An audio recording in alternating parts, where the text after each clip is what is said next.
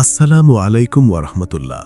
আচ্ছা, আপনার সাথে কি কখনো এমন হয়েছে যে আপনি একটি কাজের জন্য আপনার সর্বস্ব দিয়ে চেষ্টা করলেন, দিনরাত আল্লাহর কাছে চোখের পানি ফেলে দোয়া করলেন, কিন্তু শেষ মুহূর্তে এসে সব কিছু ওলটপালট হয়ে গেল? আপনি যে চাকরিটা চেয়েছিলেন সেটা পেলেন না, যে মানুষটাকে আপন ভেবেছিলেন সে দূরে চলে গেল, কিংবা যে ব্যবসায় লাভ হওয়ার কথা ছিল সেখানে লোকসান হলো। আমরা তখন ভেঙে পড়ি, আমাদের মনে হাজারো প্রশ্ন জাগে। আল্লাহ কি আমার দোয়া শুনছেন না? আমার কপালটাই কি খারাপ? কিন্তু আপনি কি জানেন, আপনার জীবনের এই প্রতিটি হঠাৎ পরিবর্তন আসলে আপনার জন্য আল্লাহর পক্ষ থেকে একটি বিশেষ অদৃশ্য নেয়ামত? আজ আমরা জানব কেন আপনার না পাওয়া জিনিসগুলো আসলে আপনার জন্য আল্লাহর শ্রেষ্ঠ উপহার। এই আলোচনাটি আপনার জীবনের দেখার দৃষ্টিভঙ্গি চিরতরে বদলে দেবে। মানুষ হিসেবে আমাদের একটি বড় সীমাবদ্ধতা হল, আমরা কেবল বর্তমান মুহূর্তটাকে দেখতে পাই। আমরা কেবল আমাদের চোখের সামনে যা ঘটছে তা দেখি, কিন্তু মহান রাব্বুল আলামিন দেখেন আমাদের পুরো ভবিষ্যৎ। পবিত্র কুরআনে আল্লাহ সুবহানাহু ওয়া তাআলা এক চিরন্তন সত্য উন্মোচন করেছেন। সূরা বাকারার ২১৬ নম্বর আয়াতে আল্লাহ বলেন, হয়তো তোমরা এমন কিছু অপছন্দ করছো যা তোমাদের জন্য কল্যাণকর, আর হয়তো এমন কিছু পছন্দ করছো যা তোমাদের জন্য অকল্যাণকর। আল্লাহ জানেন, তোমরা জানো না। একটু গভীর মনোযোগ দিয়ে চিন্তা করুন, আপনি যে জিনিসটা না পাওয়ার জন্য আজ কাঁদছেন, আপনি কি জানেন সেই জিনিসটা আপনার হাতে এলে আপনার জীবনের কি পরিমাণ ক্ষতি হতো? আপনার রব আপনার জন্য যা নির্বাচন করেছেন তা আপনার নিজের নির্বাচনের চেয়ে কোটি গুণ বেশি নিরাপদ। আল্লাহর এই অদৃশ্য সুরক্ষাই হল সেই নেয়ামত যা আমরা তাৎক্ষণিকভাবে বুঝতে পারি না। অদৃশ্য নেয়ামত বিষয়টি বুঝতে হলে আমাদের সূরা কাহাফের সেই বিখ্যাত ঘটনার দিকে তাকাতে হবে, যেখানে নবী মুসা আলাইহিসসালাম এবং খিজির আলাইহিসসালামের সফর ছিল এক বিরাট শিক্ষা। খিজির আলাইহিসসালাম যখন একটি দরিদ্র পরিবারের ভালো নৌকাটি ফুটো করে দিলেন, মুসা আলাইহিসসালাম অবাক হয়ে প্রশ্ন করেছিলেন, কেন এমন ক্ষতি করা হলো? দৃশ্যত এটি ছিল একটি বিপদ, কিন্তু পরে খিজির আলাইহিসসালাম ব্যাখ্যা করলেন যে সামনের বন্দরে একজন অত্যাচারী রাজা সব ভালো নৌকা জোরপূর্বক দখল করে নিচ্ছিল।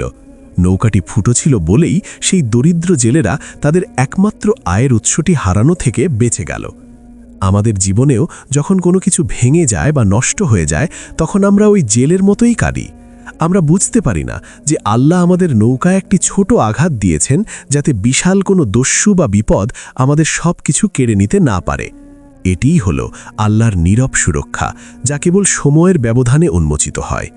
আমরা যখন কোনো কিছুর জন্য জেদ ধরি, তখন আমরা আসলে শিশুর মতো আচরণ করি। একটি শিশু যেমন আগুনের শিখা দেখে তা ধরতে চায়, কারণ সে এর বাহ্যিক সৌন্দর্য দেখে, কিন্তু তার বাবা তাকে বাধা দেন, কারণ তিনি জানেন ওই আগুন শিশুকে পুড়িয়ে মারবে। শিশু তখন তার বাবার উপর রাগ করে কাঁদে। আমাদের অবস্থাও ঠিক তেমন। আমরা এমন অনেক কেরিয়ার বা সম্পর্কের পেছনে ছুটি যা দেখতে সুন্দর, কিন্তু আল্লাহ জানেন ওই পথে গেলে আমাদের দুনিয়া এবং আখেরাত উভয়ই ধ্বংস হয়ে যাবে। সহি মুসলিমের একটি হাদিসে এসেছে, রাসূলুল্লাহ সাল্লাল্লাহু আলাইহি ওয়াসাল্লাম বলেছেন, মুমিনের প্রতিটি বিষয়ই আশ্চর্যজনক, তার জন্য প্রতিটি ফয়সালাই কল্যাণকর। আল্লাহ যখন আপনাকে কোনো দোয়া থেকে বঞ্চিত করেন, তিনি আসলে আপনাকে বড় কোনো ধ্বংস থেকে রক্ষা করেন। আল্লাহর সেই না বা নো আসলে কোনো প্রত্যাখ্যান নয়, বরং এটি হলো তার পক্ষ থেকে একটি ইনভিজিবল প্রোটেকশন বা অদৃশ্য ঢাল। আল্লাহর এই অদৃশ্য নেয়ামতগুলো অনুধাবন করার প্রথম শর্ত হল সবর বা ধৈর্য। আপনার জীবনের প্রতিটি কষ্টের মোড় আপনাকে আল্লাহর আরও কাছে নিয়ে যাওয়ার জন্যই তৈরি করা হয়েছে। অনেক সময় আল্লাহ আমাদের সম্পদ বা সুযোগ কেড়ে নেন কেবল এটা দেখার জন্য যে বিপদের সময় আমরা মানুষের দ্বারে দ্বারে ঘুরি নাকি সিজদায় তার কাছে ফিরে আসি। কুরআনে আল্লাহ বলেছেন, নিশ্চয়ই কষ্টের সাথে স্বস্তি আছে। সূরা ইনশিরাহ। অর্থাৎ আপনার সমস্যার ভেতরেই আল্লাহ সমাধানের বীজ বুনে দিয়েছেন। যখন আপনার চারপাশের সব মানুষ আপনাকে ছেড়ে চলে যায়, তখন আসলে আল্লাহ আপনাকে নিজের কাছে ডাকছেন। তিনি চাচ্ছেন কেবল তার ওপরই নির্ভর করুন। আপনার জীবনের আজকের এই শূন্যতা আসলে কালকের কোনো বড় পূর্ণতার প্রস্তুতি।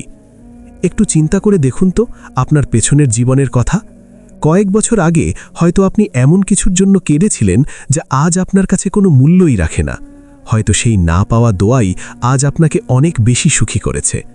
আপনি কি আজ অনুভব করতে পারছেন যে সেদিন সেই দোয়াটি কবুল না হওয়াটাই আপনার জন্য সবচেয়ে বড় মিরাকেল ছিল? আল্লাহ যখন কোনো নেয়ামত কেড়ে নেন, তখন তিনি আসলে আপনার 2 হাত খালি করেন, যাতে তিনি আপনাকে আরও বড় কিছু দিতে পারেন। অনিশ্চয়তাকে ভয় পাবেন না।